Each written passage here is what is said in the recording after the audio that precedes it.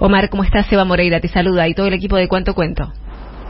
¿Qué tal? Buenas tardes, un placer saludarlos. Bien. Omar, bueno, queríamos consultarte qué planteo es el que va a estar llevando hoy la CGT al Consejo del Salario Mínimo.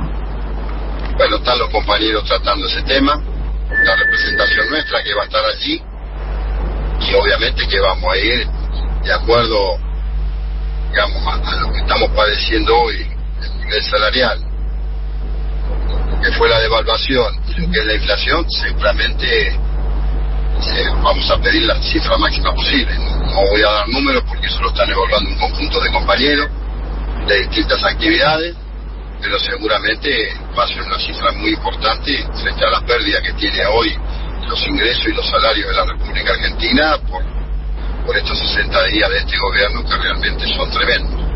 Se está hablando, ¿no?, de un 85% de aumento, ¿no? Es lo que ha trascendido por lo menos por los medios. Yo diría que es insuficiente, pero bueno, vamos a llegar a la cifra más posible. Pero hoy, la verdad, la realidad, si hubo un 120% de devaluación y a eso le agregás en 2 meses prácticamente un 60% de inflación, que real no es así, porque cuando vos ves los artículos de las bebidas y los alimentos, han caído un 37%.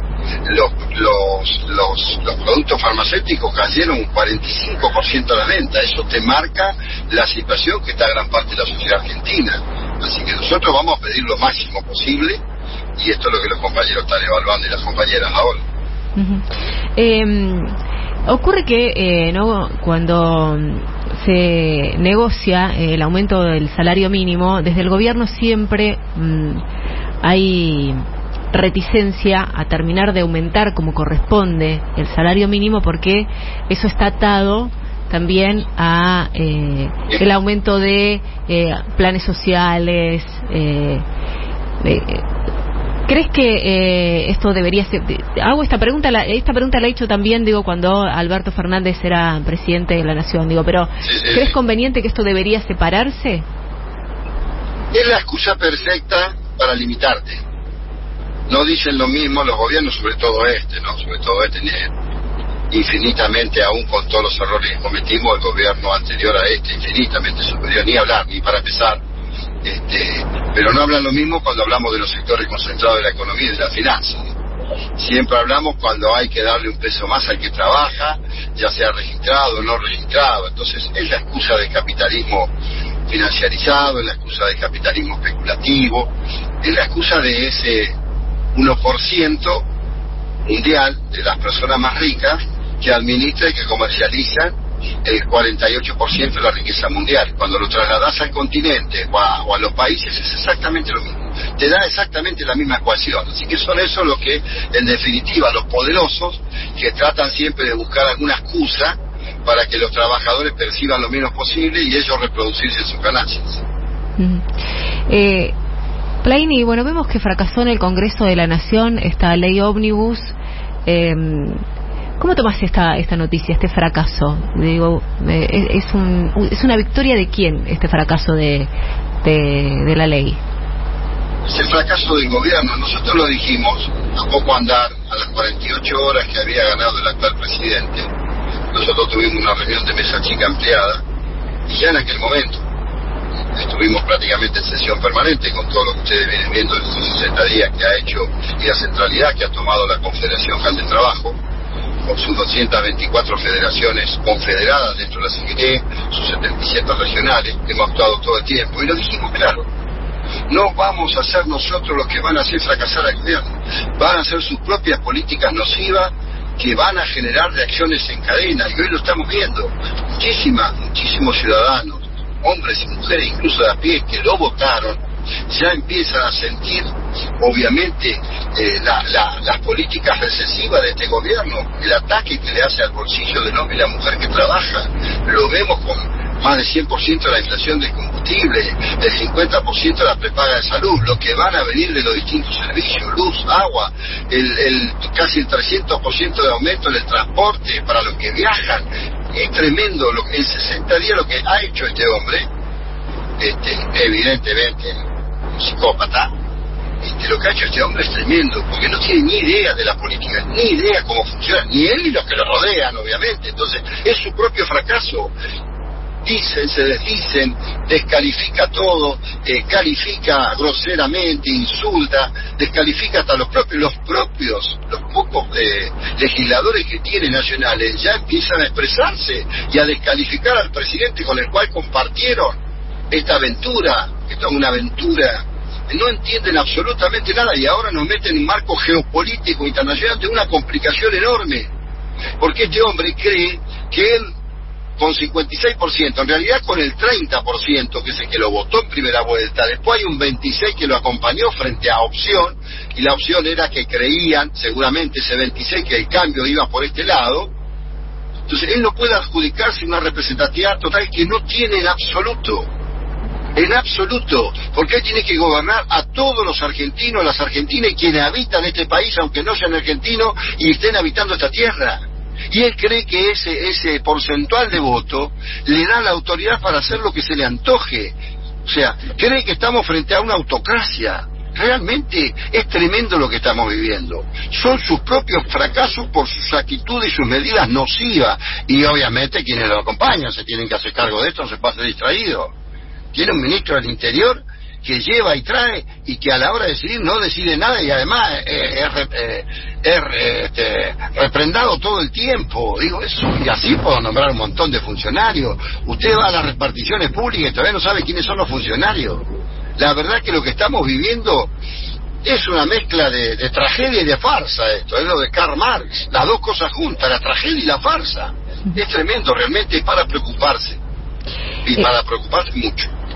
Kleini, ¿qué caracterización hace sobre Omar Yassin, el secretario de Trabajo? ¿Y qué diálogo tiene con el movimiento obrero?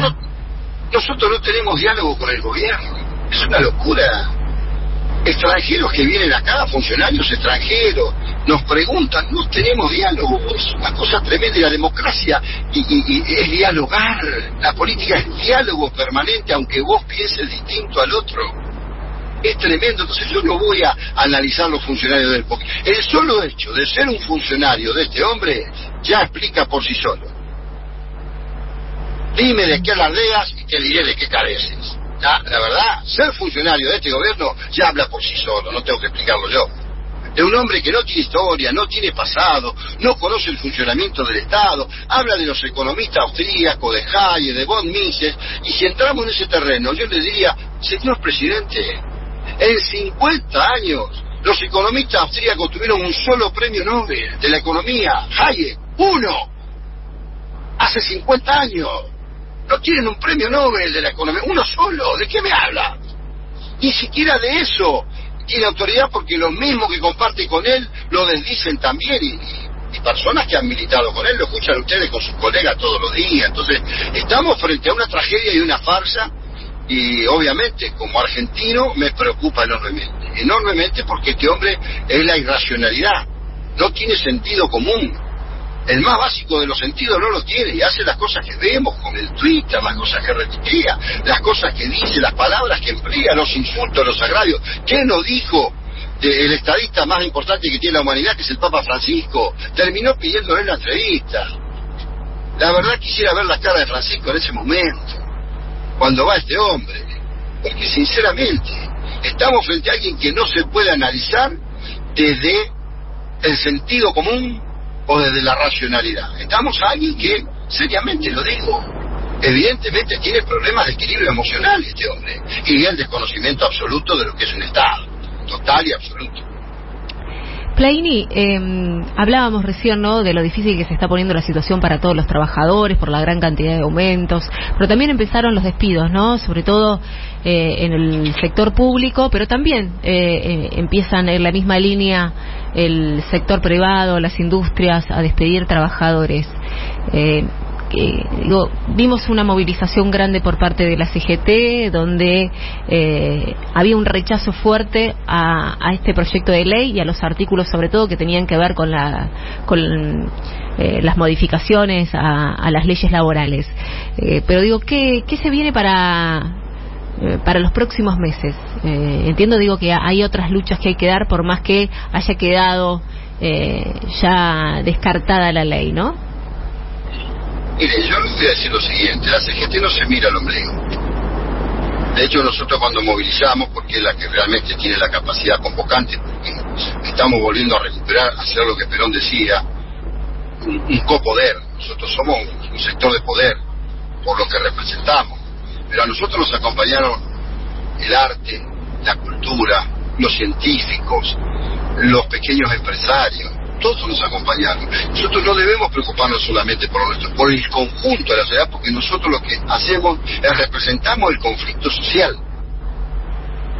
Es la política después, la dirigencia política la que tiene que resolver con propuestas, porque es la que después pone los instrumentos y las herramientas cuando es gobierno. Y nosotros nos preocupa absolutamente todo. Por eso digo, y perdónenme el término, no nos miramos el ombligo solamente. Claro que estamos ocupados y preocupados por lo propio, pero también por lo otro, porque forma parte del país que vivimos. La producción, el empleo, el salario, el cuentapropismo, los profesionales. Hoy el conflicto de las políticas negativas y nocivas del gobierno atraviesa, salvo ese sector de poder económico, esa minoría que concentra todo, atraviesa horizontal y verticalmente el conjunto de la sociedad. Y nosotros estamos facultados por el Comité Central Confederal, que es uno de los órganos superiores que tiene la Confederación, vuelvo a repetir, 224 federaciones nacionales a lo largo y a lo ancho del país, con sus organizaciones de base, más 77 regionales, nos dieron facultades para iniciar un plan de lucha que estamos llevando a cabo. Ahora, nosotros siempre somos partidarios del diálogo social y de la paz social. Ahora, esto no significa que cuando el pueblo se harta, decía un viejo general de la patria, hace tronar el escarmiento. Y es lo que le está pasando al gobierno. Su propia impericia, su propia incapacidad, su propia necedad, hace que estén fracasando. Y esto es preocupante. Lo que ha pasado en el Poder Legislativo, usted recorra la historia si alguna vez un gobierno presentó un proyecto de ley y después lo retira. Es tragicómico lo que hacen. Yo creo que ni Beppe Grillo, aquel candidato italiano, tenía tanta comicidad como lo que está haciendo nuestro gobierno, con lo que significa eso, que termina siendo tragedia. Yo creo que estamos frente a un caos. Dolorosamente lo digo y muy preocupadamente. Plaini, le agradecemos estos minutos con la Radio de las Madres. No, gracias a ustedes, y ojalá que prime el sentido común, que alguien que esté cercano a este hombre, que habla de las fuerzas del cielo, con animales muertos y todas estas cosas, que la verdad yo no conozco a nadie que a partir de allí haya hecho algo saludable o algo bueno, incluso para sí mismo. Así que no dejemos de tener esta preocupación, y en definitiva es la sociedad la que le va a poner límite a esto, lo hemos dicho, y así va a suceder, lamentablemente. Plaini, muchas gracias. No, gracias a ustedes, que sigan bien.